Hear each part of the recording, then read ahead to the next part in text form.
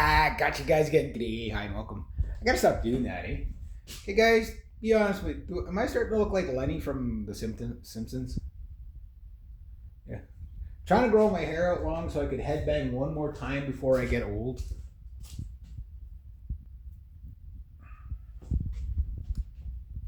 Anyway, yeah, so there's where my paws gone, but it got a bit of a mystery in the house.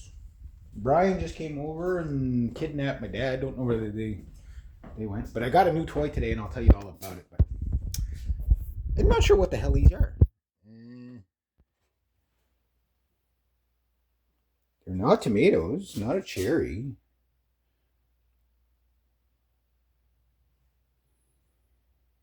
I have no idea what it is. Anyway, now that I put my nose on it, I'll put it back in there. Plums? I have no idea what those are. I don't want to just bite into it because maybe there's something that's not edible and it'll kill me. I don't know.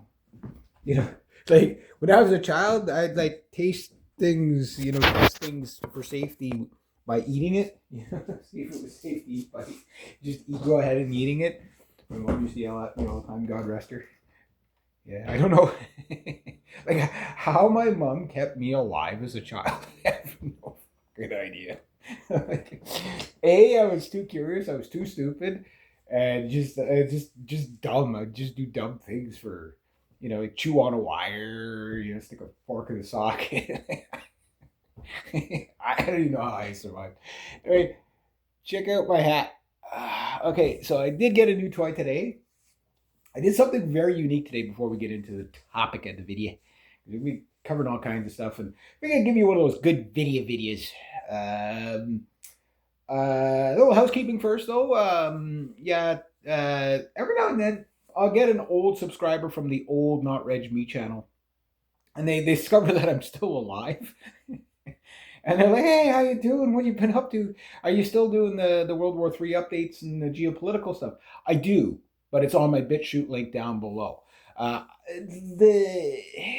My channel's marked for death.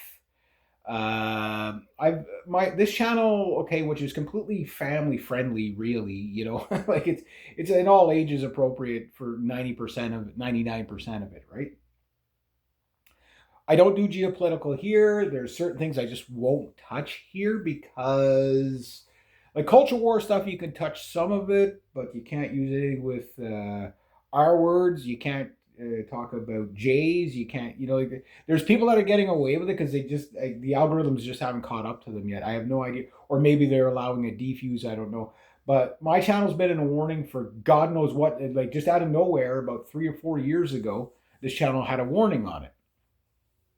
And it had a warning from something posted on another channel. This channel is completely unrelated to that other channel that got banned. So I don't know how. It must have been manually done by somebody at YouTube that just, oh, that's the guy. I remember I hate him.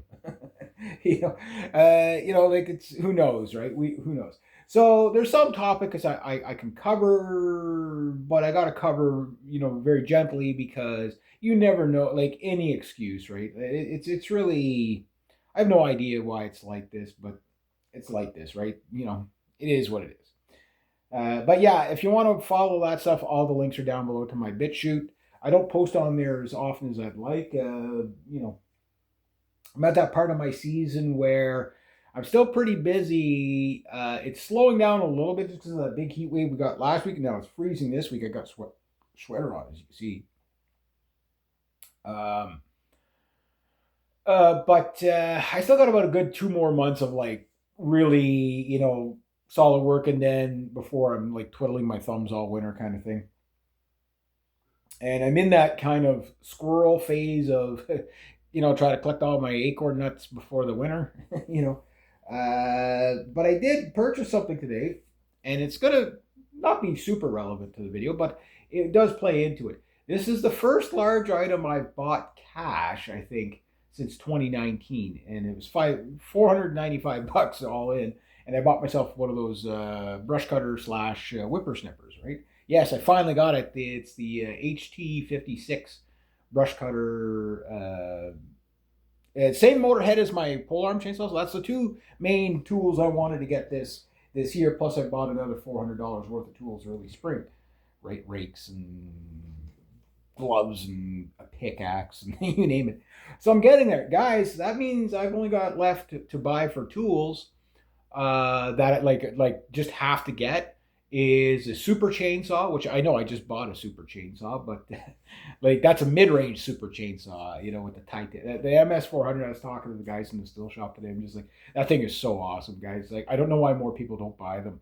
And it's like, oh no, we need these big saw. Like, this is like the perfect size saw for just hitting it. It's big enough that you can fall just about any tree under 4 feet round, and it's small enough that you work light enough that you work with it all day, like a 261. I mean, it's like the perfect saw, you know, like just all around. So one more chainsaw, a backpack blower, and a leaf blower. If I can get that this year, that'd be great. But that's more next year's target. But if I get ahead on it, great. I'm debt free still because I bought this thing cash. I didn't use my credit card at all. I didn't even bring my credit card with me today. And yeah, that felt good. It felt like I'm actually joining the middle class ish. But then inflation says, no, you're poor. You're poor. Don't you ever forget it. You know what I mean? So today's video is going to be about uh, the show Friends. I might mention Sex in the City and stuff like that. And was it good for society, or was it, just a connect? Like, was that what influenced our society? As they say, pop culture does have a major influence on society. There's no denying that. TV shows, whatever. Unless people just don't watch TV at all. But at that, the whole collective of society typically watches TV still. You know what I mean? Like the younger generation, they don't watch TV as much. Them, it's video games and being on the phone all the time, right? And I saw this really great AI, like it's an AI. All these AI videos that are popping up now, like there's one that was really funny. I saw it the other day. It was like the world's most Gen X man. If you ever watch it, okay, just you're gonna think of me right away. You're just gonna laugh. Just the guy that they present to you, like it's like, yeah, it's like it's so me. The world's most native man. That one, oh, that one's gonna ruffle some feathers. No pun intended. But anyway, it was funny. The world's most Polish man, the world's most American man, British man, whatever. And I watched a few of them, and I was just like, yeah, they're funny. They're meant to be, like poking fun at whatever. I can understand we have a society that has no sense of humor and sensibilities for stuff like that, and it's just like I saw another thing. You guys probably seen it. A few people, I Hypocrite covered it. A few other people, Sargon, I think, covered it. It's been all over the place.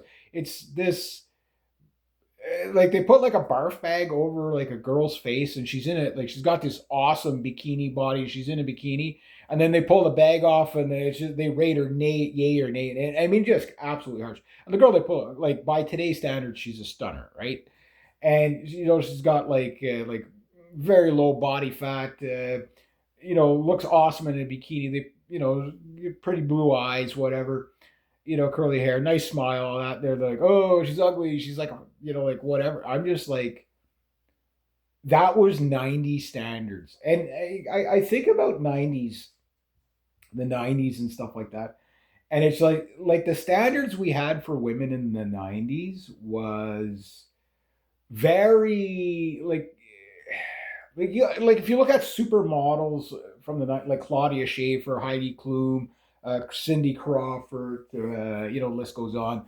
They were just, what was that redhead one there? Something Evan Hart or whatever. She was just an absolute stunner, right? And we were harsh on women like that. Not me myself. I was never harsh on anybody. But like the expectations were there, and like TV shows were harsh on women like that, which some of them developed eating disorders and stuff like, okay, because they took it too personal, whatever, right? But the women were a lot more yeah, dish it out, I could take it kind of thing, right? They were a lot more level-headed about it. Like they knew where they were competing. And yeah, I mean, it doesn't take anything to hurt a woman's self-esteem. Women don't have good self-esteem to begin with. I'm not saying all women are, completely fragile, but there was a bit of an anti-fragile thing about the 90s, like, especially the Gen X, because we were so freaking harsh with each other. You know what I mean? And but most of it was done out of fun. You know what I mean? Like it just that's how you learn to fire back at people, right? Male or female. So I'm watching this and I'm just like, okay, guys would dream to have the barf bag girl now. You know what I mean? Like that barf bag girl. If that was the standard for barf bag girl, she would be like a 10 or an 11 now, if you want to use that whole. There's people that make a. They have. There's a guy. And again, this is how sensitive we've gotten, where it's like the looks maxing thing, where it's like they rate people. It's like this person's a 4 and this one's a 10, and they got a whole pseudoscience that the jawline has to be like this, and it's not eugenics. It's not eugenics. Okay, eugenics was used since the 1800s. They used measurements to figure out like where the ridge of your nose was kind of corresponded kind of geographically of where the majority of people that had that ridge in their nose, or a certain brow line, or whatever, a rounder face or a slenderer face or a taller face, shorter. It usually coincides, like you could find like your fingertips longer, or if you had more like hands like this. I got Roman hands. I got Roman feet. My feet are almost like just looks like just like 2x4s cut out. Like it's like they made a foot out of a 2x4. That's a Roman foot. Egyptian feet are like this. You know what I mean? Roman feet are like this. They're just clunks. That's all there are. And you could be pretty accurate. Like it was a way to figure out where people came from. Was it exact? No, but was it? Can you start to see the phenotypes? Yeah, you could, right? And it was easier back then because people were more homogeneous in their societies. Now it's a lot harder because everybody's got so much admixture of this and that and the other thing that we don't know who's what, right? You pretty much have to get a DNA test to figure it out. But even at that, getting back to the barf bag girl, just to finish up on that. So by today's standards, she'd be what the incels would call a 10, whatever. But I never go by that, the rating system. It means nothing. It's a pseudoscience. It means nothing. Oh, but, will you notice a trend? Possibly, yeah. Okay, if you're noticing a trend, but it's not an exact science. And there's always a negative connotation when you see two people that are of like-minded attractiveness. It's okay, that's normal, that's okay, whatever. And that is usually roughly accurate, that most people do end up not only just in their. They tend to hang around people that are much like themselves, right? So, similar in attractiveness, similar in health, similar in all that, right? Like you usually don't see like a super healthy dude hanging out with a really fat slobby buddy. You know what I mean? Maybe yeah, you'll go over and visit. Oh yeah, that's my old high school buddy. Whatever, go visit him, whatever. But like hang out. They tend to hang out with people that do like-minded things. So the gym bro is going to hang out with the other gym bros, that kind of thing. The musicians like myself, I'm gonna hang out with other musicians, right? Hunters and fishers and trappers. Well, that's me. You know what I mean? Chainsaw guys, that's me. You know what I mean? You don't tend to have the femboys, hanging out with the chainsaw guys, right? Like it just, birds of a feather. So the rating system I don't like because it's really the least of importance. If you're socially and this is one thing that Gen X has, and the show Friends kind of shows us. We're going to get into the show thing. This is going to be a long video anyway, so we've got lots of time to get into that. But the show Friends, one thing that it did show you is a really good blueprint of archetype of Gen X. It is a good blueprint. Some people like the show, some people don't like the show. That's not what I'm getting at. What I'm getting at is that the mannerisms of a lot, except for yes, the hyperbolic insecurity thing of some of the characters, not as realistic. You know what I mean? Like neuroticism in the '90s wasn't. It wasn't. It just was. There was no there there. You know what I mean? And it wasn't just because now we could just see it on on display everywhere. The hyperneurotics, like the Ally McBeal thing. I've talked about that. Like I watched my friend. She said, "Reg, you got to watch the show. It's so great. It's so great." Okay, I watched maybe about 3 episodes of it. I was like, okay, the girl's kind of cute, whatever. She's way too skinny. She's got to eat something. Uh, but like the hyperneuroticism, I'm like, no God. And I remember sitting around my female friends and said, okay, they're all talking about the show. And I said, okay, I'm going to say this. Don't get mad at me, but no guy would it's not cute. Like hyperneuroticism like that, being like neurotic about absolutely everything. Like it is not cute or a turn on at all for any guy. Like there's just no guy that would find that and if attractive. If he did, do something. It's a show. It's comedy. Take it at that. Don't try to mimic that in your daily life. Now look where we're fucking at. You know what I mean? Because yeah, like no guy wants a woman that insecure. You know what I mean? Like it would just. And I get it, it's a show, but I'm just like, okay, it's funny, but it's like it's so over the top that it's just like I watched a couple episodes of it just because my friend asked me to and whatever. And same with the Sex and the City. Oh, you should watch it. It's really funny. It's really good. It's really and I didn't enjoy that one at all. Like I watched maybe 3 episodes, 4 episodes of it. And like these girls are just a bunch of slut bags. You know what I mean? Whatever. But I could understand how women would connect with it because it speaks womanese, right? So stuff that nuances that guys are probably not going to get. You know, kind of like when you watch certain shows where they throw in a fastball there that the adults get, but the kids don't get. You know, it's like there's a joke the kids will never get it, and by the they won't get it until they're like at least teenagers type of thing. Well, I guess that's what it's like with that show, but on its surface, it was no, that was the show for the women. Whatever, guys watch the other shows. Show I used to love was Lonesome Dove. The first season was good. It was happy go lucky. I just enjoyed it. It was just enjoyable. But then it turned really fucking dark, and like I mean like completely fucking dark, like a complete 180. And the show was phenomenal from that point. Like I love western, like a good western, right? We haven't seen a good western in a while. I don't want CGI westerns. I want like Tombstone. I love that fucking movie. That movie's so good. It's so badass, right? It's something that like when you see like that Tombstone, like my favorite parts of Tombstone is just when they're coming into the town to fucking fight or get out of the way. You know what I mean? And here they are in these fucking black trench coats coming over with their cowboy hats, whatever. And then of course the Johnny Ringo Doc Holliday shootout. That is probably the most mano a mano intense and some of the best acting you'll ever see. Uh, it's brutal. It's so brutal.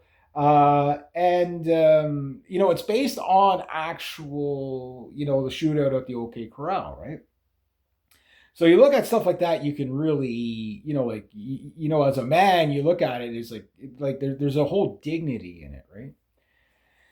And then you go into say like Friends or something like that. It's way less aggressive, right?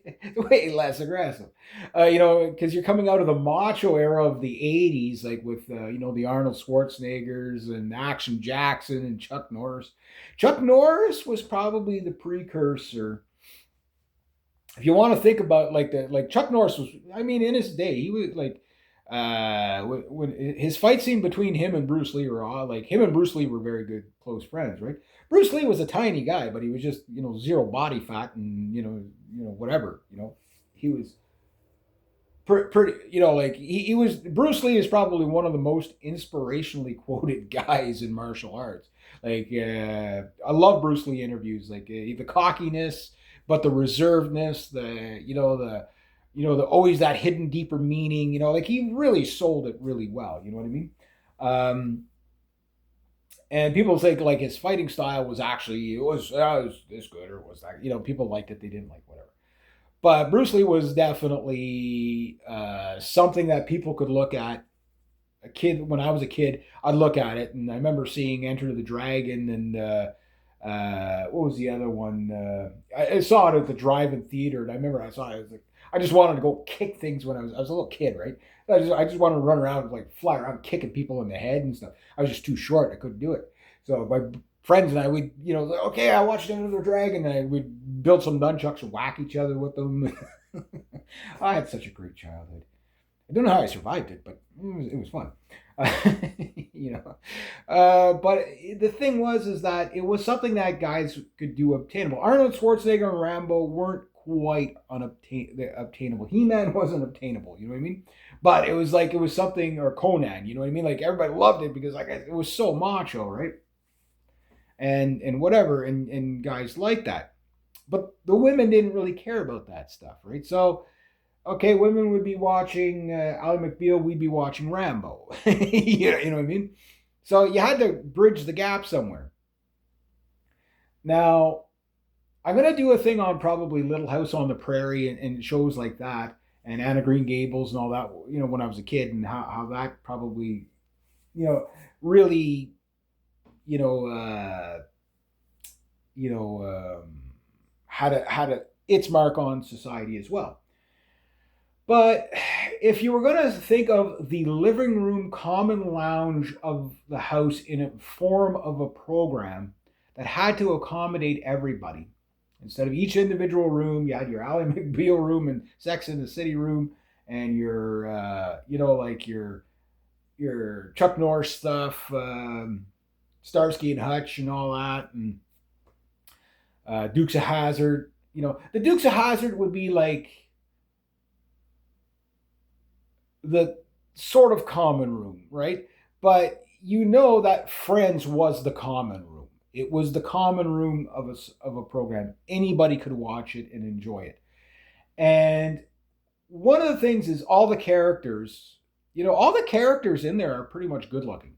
You know what I mean? And that's Gen X really admired good looking people. The boomers admired good looking people.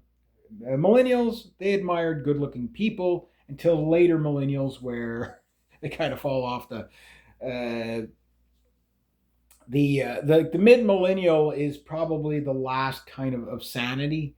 Millennials after 2000 are still okay up until about 2005, and then by the time you get to Gen Z, which starts around that time a little bit later, um, Gen Z, okay, well, they start in around 2000 or whatever, right? And yeah, that's right, yeah, because you had like Gen Y, which is the millennials, and then Gen Z is the. But I think Gen X is still, we got the X, man. That's cool.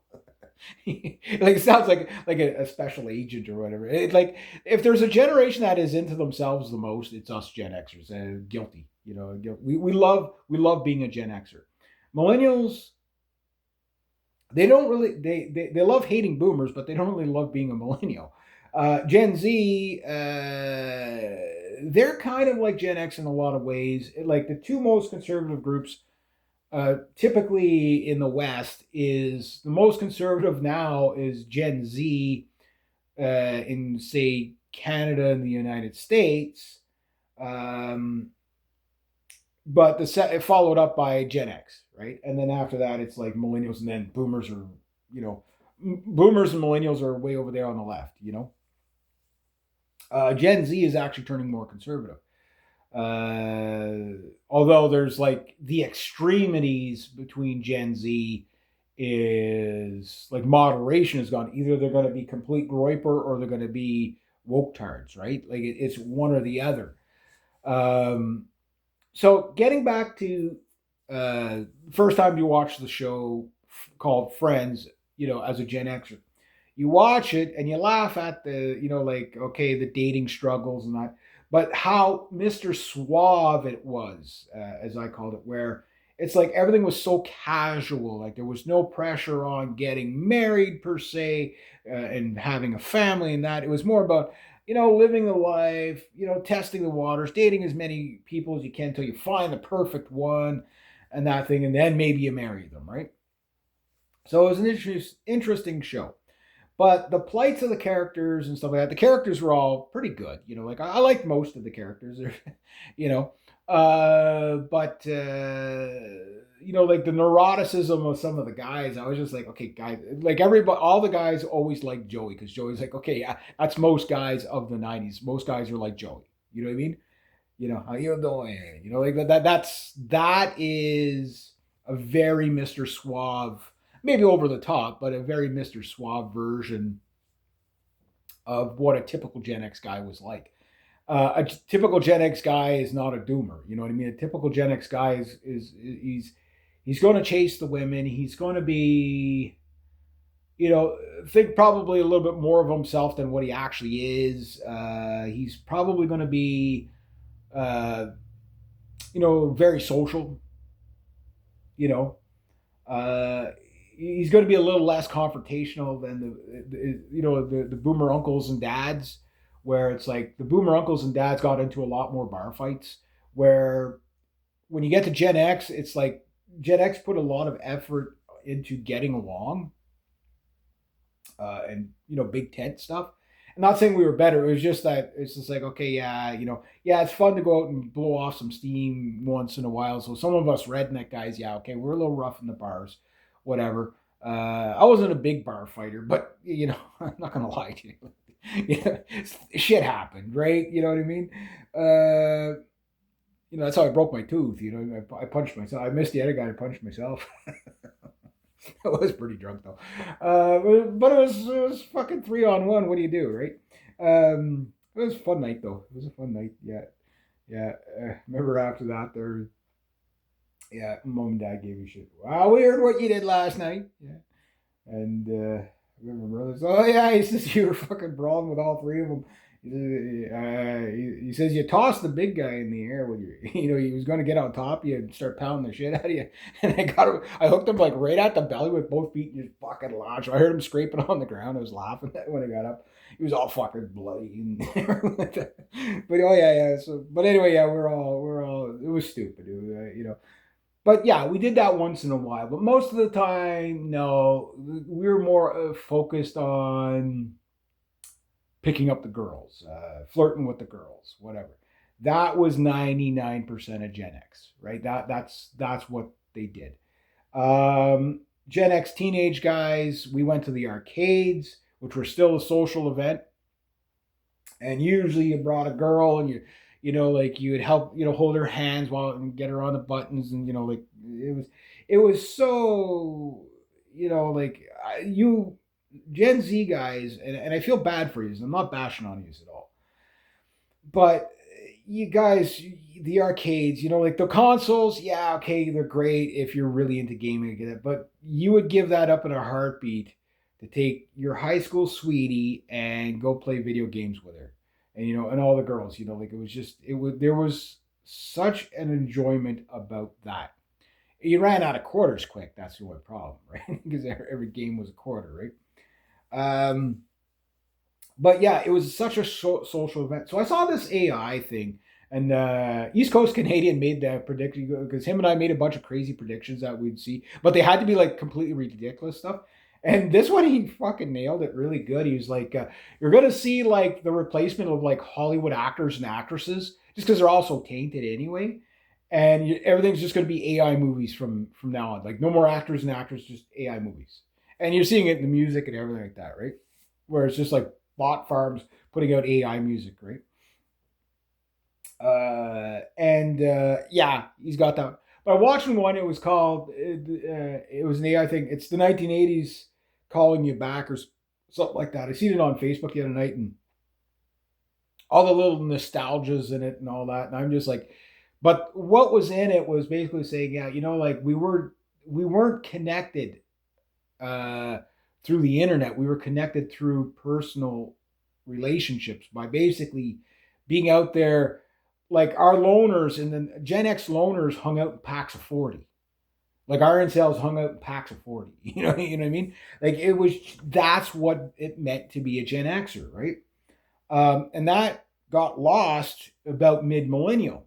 So the millennials, which were already starting to get a bit black pilled and cynical from us Gen Xers, as we were going into the 20s, like the 90s kids are millennials, right? So they basically start to see the world darken a little bit. You know what I mean? But they're still fairly social. Like in the 90s, especially the mid 90s, late 90s, the fucking skateboard scene. That was millennial heaven, right? That was definitely millennial heaven. But it was also a segregation because the skateboard scene is a sausage fest, even still to this day. Although there's girls that get on skateboards, they make skateboards just for girls. They're all on those little pintails, and stuff like that. So all the stuff like cycling and skateboarding and stuff like that, that was all guys, right? That was all guys. But in the 90s, there was also snowboarding, which more women started snowboarding. Skiing and snowboarding, that's guys and girls. That's the friends of that, right? But now people just don't go outside, and then they wonder why they're depressed all the time. The simplest life hack, and I was like listening to some lady talk about this. She goes, "Is just to go outside and walk in nature." Duh, duh, But she was right. She was right. It's just just like but it's for some people like they just don't know why they're so depressed and anxiety all the time because you never leave your house. You're on the internet all the time. Like the internet should be something that okay when you're done for the day. Okay, video games when you're done for the day, not this is my day. You know what I mean? It should just never be that. You should have other projects going on in your life, but you should be sociable wherever you go. And one thing you learn about the show Friends, it's all about being social, right?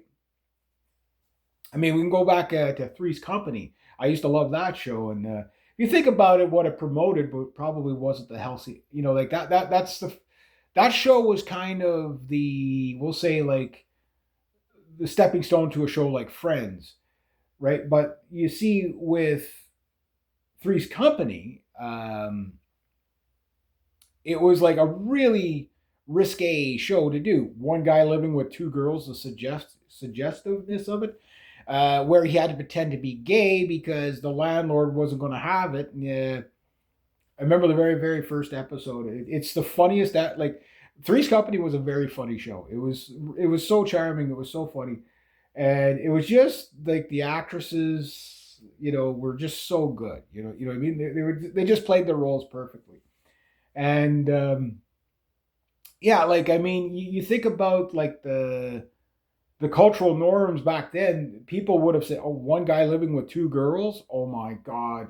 Like the little ladies would be clenching their purses. You know what I mean? They'd be clenching their pearls. You know what I mean?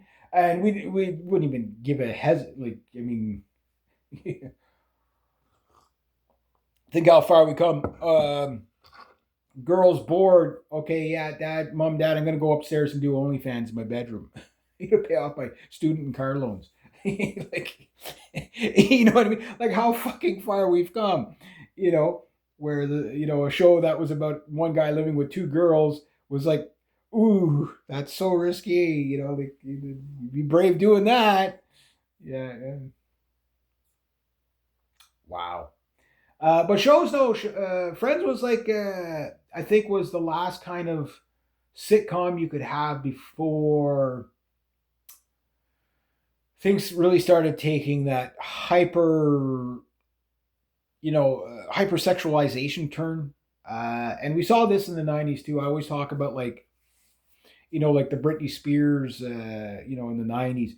Like that was so suggestive. And you got to wonder why she's so screwed up now, right? Like, I mean, there's the stuff we know. I know she's had battle with her parents and stuff, and she suffers mental illness and all that. You feel bad for her, because like it's like they get taken advantage of at such a young age, even by like just the exploitation from the parents, and then the the industry itself. So gotta wonder like what skeletons she has in the closet, right? And it's like even when I first saw it, I'm like, okay, yeah, that girl's like what 12 or 15, and that's pretty. I remember my buddies and I were watching MTV. the "Hit Me Baby" song comes on, right? I'm like that's pretty freaking suggestive for a teenage girl. Like it's a little over the top, you know what I mean? Um, yeah, and then you had like Destiny's Child and all that, all that, no man's good enough for me kind of stuff, right? And it's like, yeah, yeah, it's like whatever. Like it was just berating and belittlement. And I remember I was driving along and Shania Twain came on in Any Man in Mine song, right? I never really listened to the lyrics. All I knew was that she was a good looking lady and she looked good in the hot pink pants, right? Um, and my buddy's driving. I forget where we were going. Doesn't matter. But I said, "Oh yeah, she's pretty hot. What do you think of her?" He goes, "I don't really like her that much." I said, "Really?" He goes, "Well," he goes, "Not the looks." He goes, "She looks fine. Everything like that.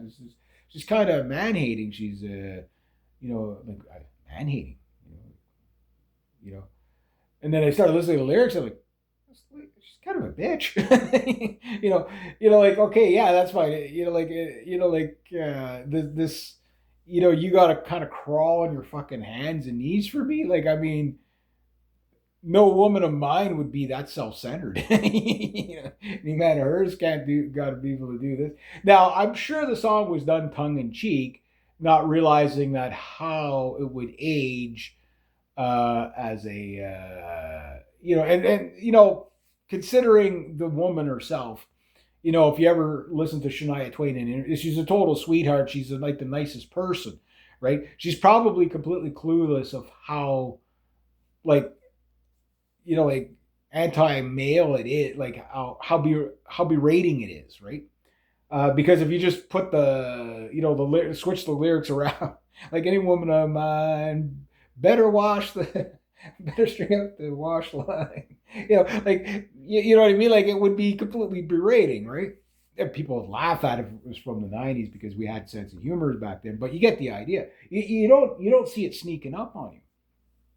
So I'm watching the show Friends, uh, whatever on a nightly basis and stuff like that. When it came out, and you get the laughs, the chuckles, whatever. You get you watch Seinfeld, you watch that, you watch a few other shows, whatever, and it's all lighthearted stuff, and you don't think of anything of it, and then shows like that made it big enough that they stay on like permanent rerun channels. There's channels that are dedicated just to Friends. Like there's a Friends channel. That's all it plays on it all year round. Just there's a Simpsons channel. Like there's literally it's all on the cable or whatever. People that just absolutely love it, right? And then you go and you watch a couple of episodes after you haven't seen it for like say 10, 15, 20 years or whenever it last came out. And you watch it and you're just like, oh, yeah, that's bad advice. Oh, yeah, no wonder this girl Rachel can't seem to, like, okay, whether you like her politics, you don't like her politics, won't get on that. But Jennifer Aniston in her early 20s was a knockout girl. She was a very beautiful young lady. There's no doubt about that. All of them were, right? And it's like I'm supposed to believe that she has a hard time, like as a Gen Xer in the '90s, where everybody socializes on a daily, like you're out at the bars 3 nights a week. And I've always had to believe that you're never going to find true love in a bar, but you're always socializing at a cafe, at a restaurant. Like it's just that is the Gen X life. If you live in the city and you're a Gen Xer, you're getting to work with your coworkers after work to either have a beer, a meal, or whatever. And on the weekends, you're doing something together, whether you're cycling, whether you're just going to be doing something social from the time you're born till about now. Everybody's in isolation mode, right? So a girl like that would have probably 100 phone numbers a week coming at her. You know what I mean? She'd be beating the men off with a stick. You know what I mean? Like it would just be like, like what I mean? Like she, because I knew girls that were good looking like that. You know what I mean? And hit on, and it was how you did it. As a Gen X guy, you learned that you know, the cheetah move did, the cheetah method never worked, where you just go up and you cold ask a girl. And I see these younger guys doing it now, and they're just, oh, it's because the women are so, no, they just don't respond. They never respond to that. You have to have charisma. And you can't get charisma until you learn how to talk to people. You can't learn how to talk to people until you fucking socialize. That's why all these dating coaches are like, like pickup lines. I was watching one the other night, and the guy's like, and the guy that was critiquing it didn't even realize that. Okay, the guy like I've already done what this guy's done. It doesn't work. Okay, you see a cute girl. Okay, the guy's but it's because of his looks. It's not because of his looks. It is so little to do with that. It's something to do with that, but it's more of how you present yourself, how you carry yourself, how you clean up. Like I'm not gonna go try to like hit on women when I'm looking like this. You know what I mean? Like, I'm gonna clean up quite a bit, right?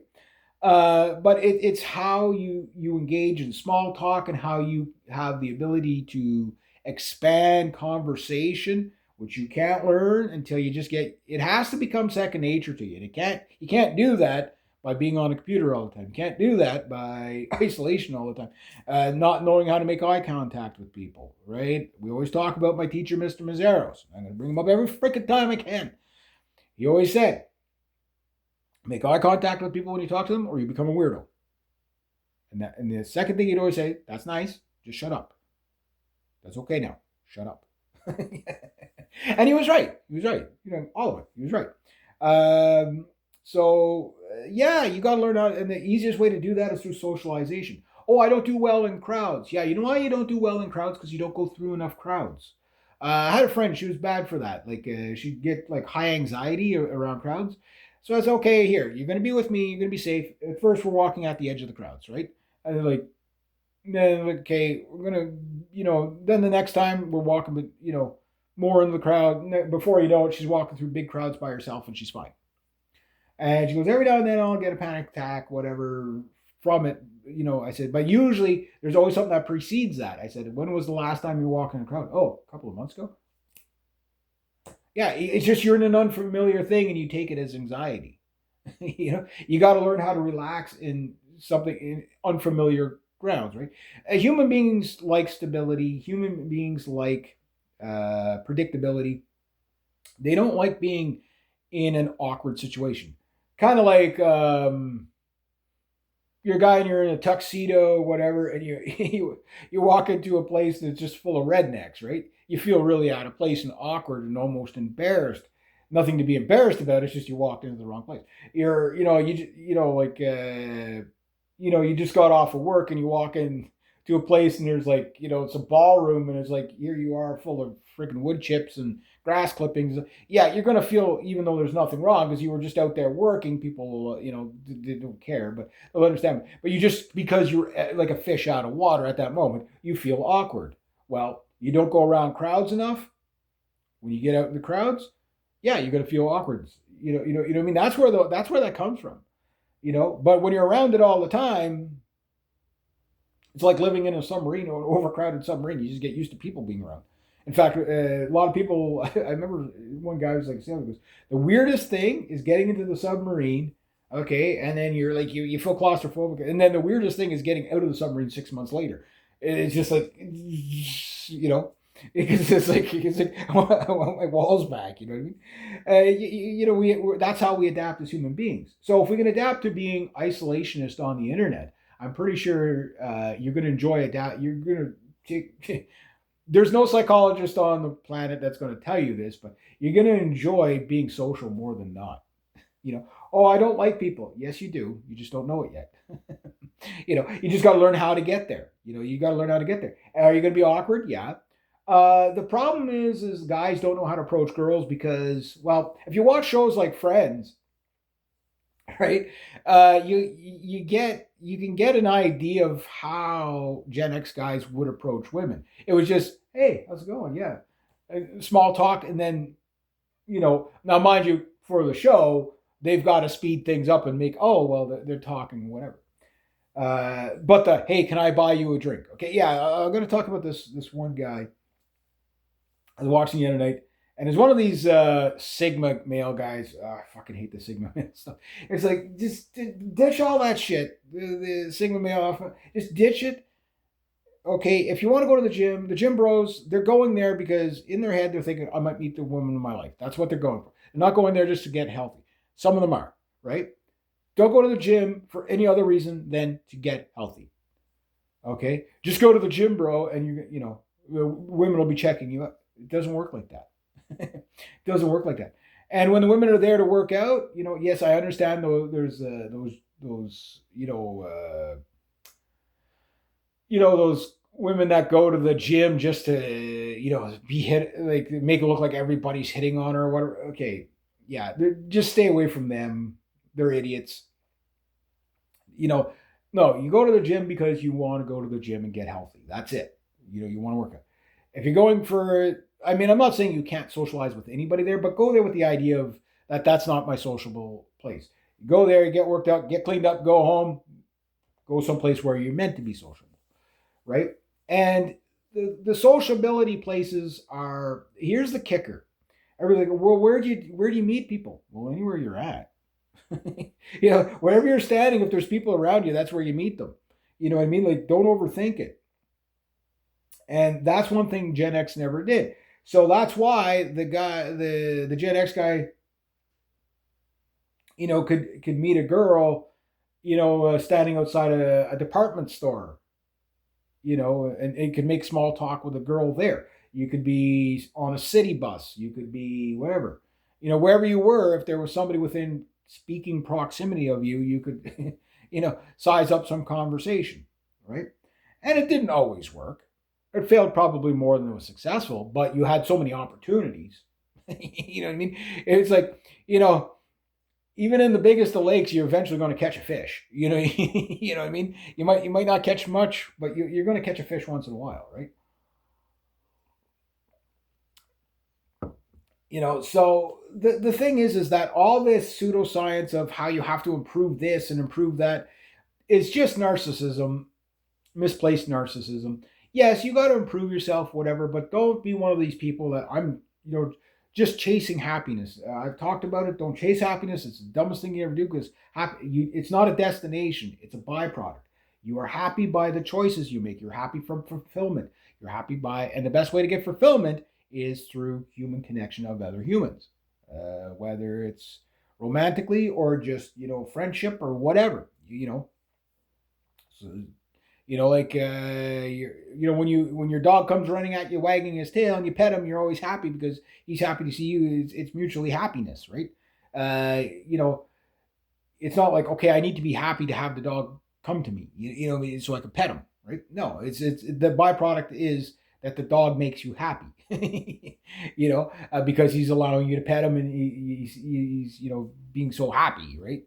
He's contagious, but watch your sandwich, because he's probably just being nice to you so he can steal your sandwich, because dogs do that. Ask me how I know.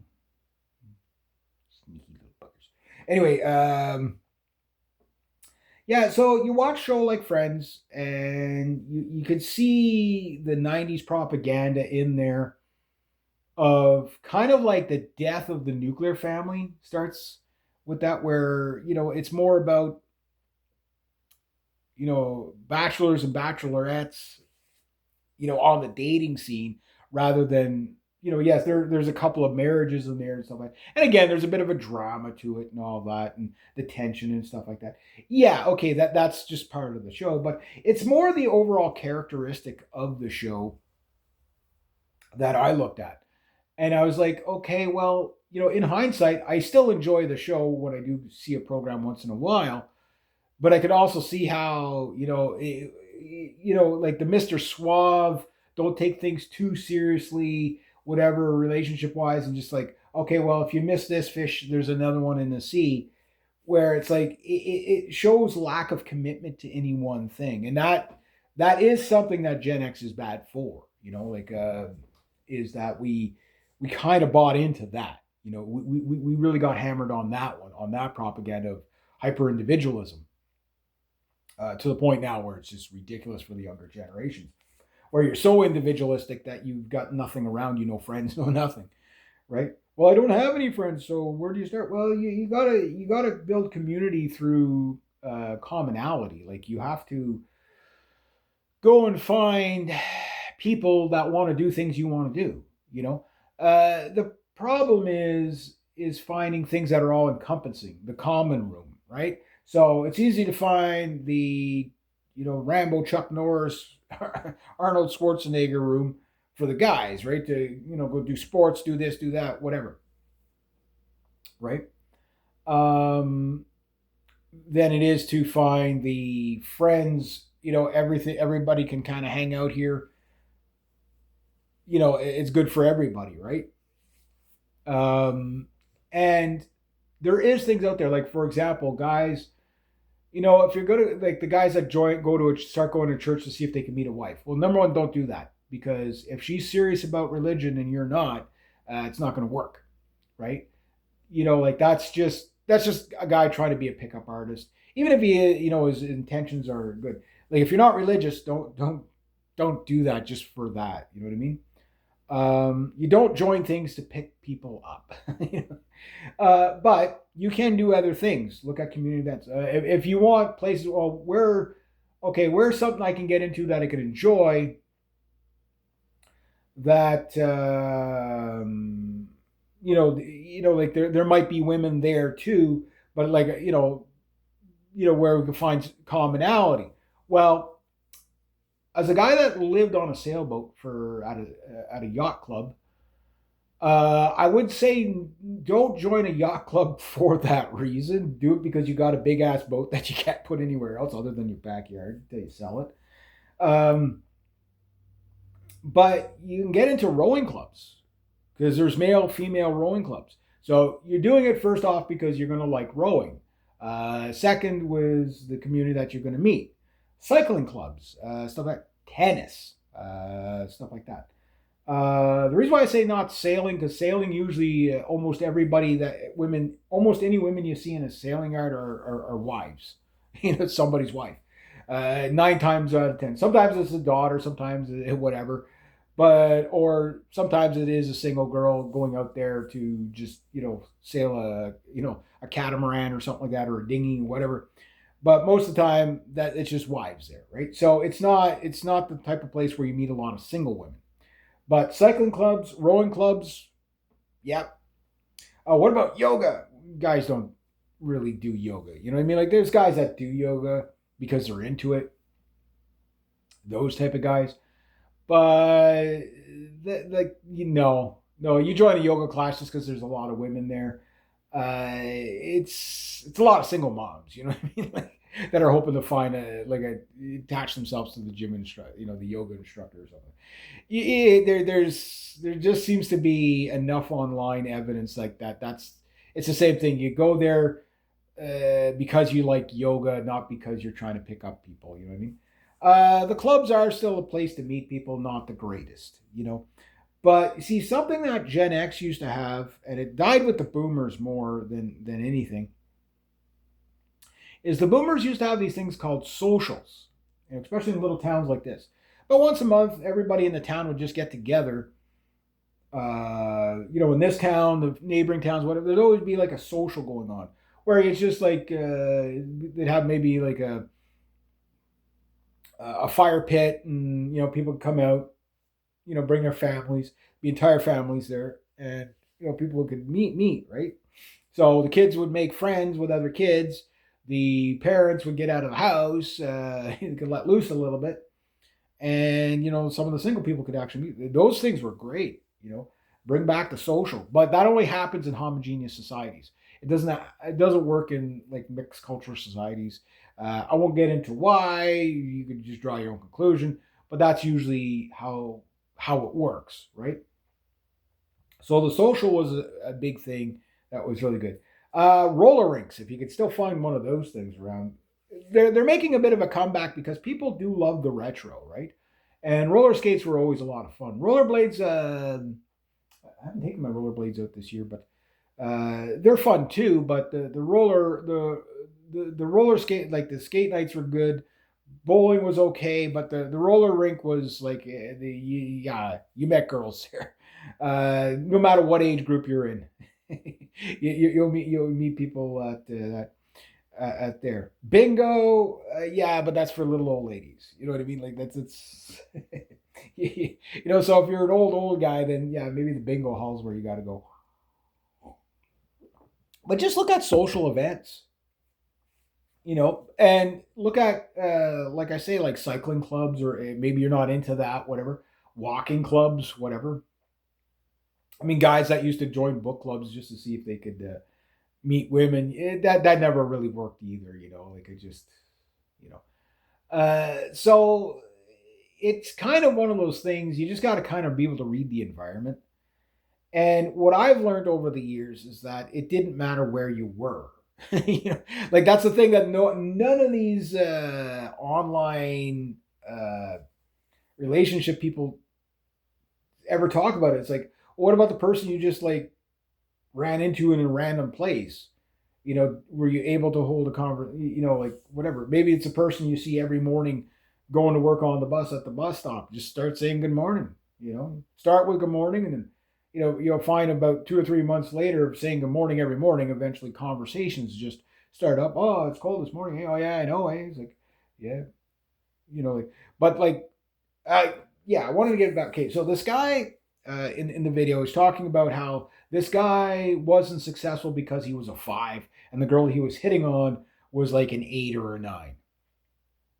So he goes, the guy's story goes like this, and there was nothing wrong that he did, and I'm just like, everything he did was wrong. I'm like, it's just everything. So the girl's dancing on the dance floor. Okay, so he basically doesn't wait for the opportunity. He goes for the cheetah method of a cold approach. Almost guaranteed going to be a strikeout. Any guy, even a guy that would be considered a 10, if whatever the fuck that means. Your Giga Chad, right? Um, so he says something to the girl, whatever, he offers her a drink, right? Which is the first no. If your guy never offer a woman a drink, number one, I learned this back in the '90s. Number one, all you're gonna if she accepts the drink, she'll talk to you for about 5 minutes. Oh, I gotta see my friend over there. I'll be right back, and you never see her again. She's like, yeah, sucker, thanks for the drink, right? And I had enough women tell me, female friends tell me, don't buy women drinks unless you know them. Like it's like because they're you're just gonna waste your money. You know what I mean? So I never bought women drinks. Unless I knew them, right? And they'd usually buy me a drink or I'd buy them a drink, but it's because we knew each other. Other than that, like you buy friends drinks, you don't buy strangers drinks. That doesn't like that might work for like a martini bar where you've got your gold digger looking for the guy with money, and the guy's like, okay, this is how the game's played. Okay, I buy you a drink, we talk for 5 seconds, and then I either lose my money or we go to bed. Like, okay, that's if that's what you're looking for. Okay, you're not going to find any happiness that way, but whatever works for you. Who am I to judge? My opinion is save your money. Wait till there's somebody worth talking to before you start doing that. So that was his first thing. So she said no. He should have just left it there and moved on to either the next lady or just whatever. Right? So interaction one, not successful. Okay, but it's going to take a minimum of to befriend somebody. If you use the CIA method, okay, it takes about 3 interactions, no more than 15 to 18 seconds long at a time to befriend somebody, right? So the try hard. Here's the cold line, whatever. So he tries. The guy tries again anyway, and he tries with the offers her a drink again, and I just want to say you're so pretty and blah blah blah. Okay, creep, ick vibe. Like the guy's not self aware is what's happening. You don't do that. Like you only bring that up after you've been talking to the woman.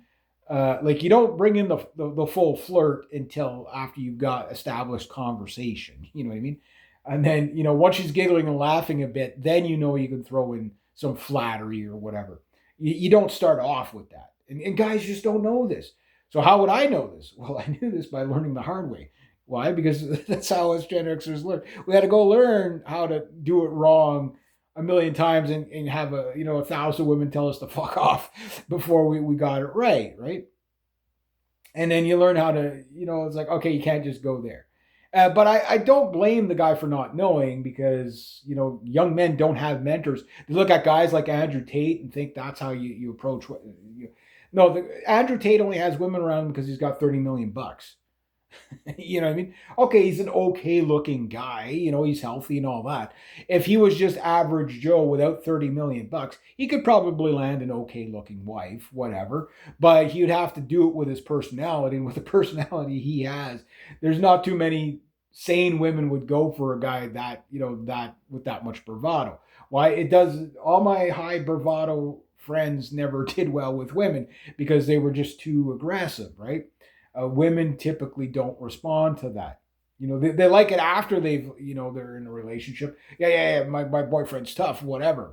Some of them. But most of the time, no, no. And if they do, then there's usually something really majorly wrong with the chick, right? So yeah, so he goes a third time and he touches the girl's back or whatever, and she just lays in. I'm not interested in you. Fuck off, leave me alone, blah blah blah. And of course, his self-esteem's ruined, and now he's going to be one of those manosphere guys talking about how women are just so mean and blah blah. I'm just like, here's what he probably did. Number one, he was probably too drunk because usually sober guys, well, they'll get the hint on the first one, right? Like if you can't get the conversation going, uh, look, when you cast a line, okay, and there's a fish in an area, you can even see the fish, and you cast a line, he's not biting. Okay, rather than scare him away, you cast somewhere else until you can pique his interest. And once you pique his interest, then you cast again, right? Anyway, I'm gonna have to put this part to rest because Pa's back home. So, but anyway, I'll leave it at this. Will be like a part one, and then we'll keep this series going for a little bit and see what we get out of it. All right, there we go.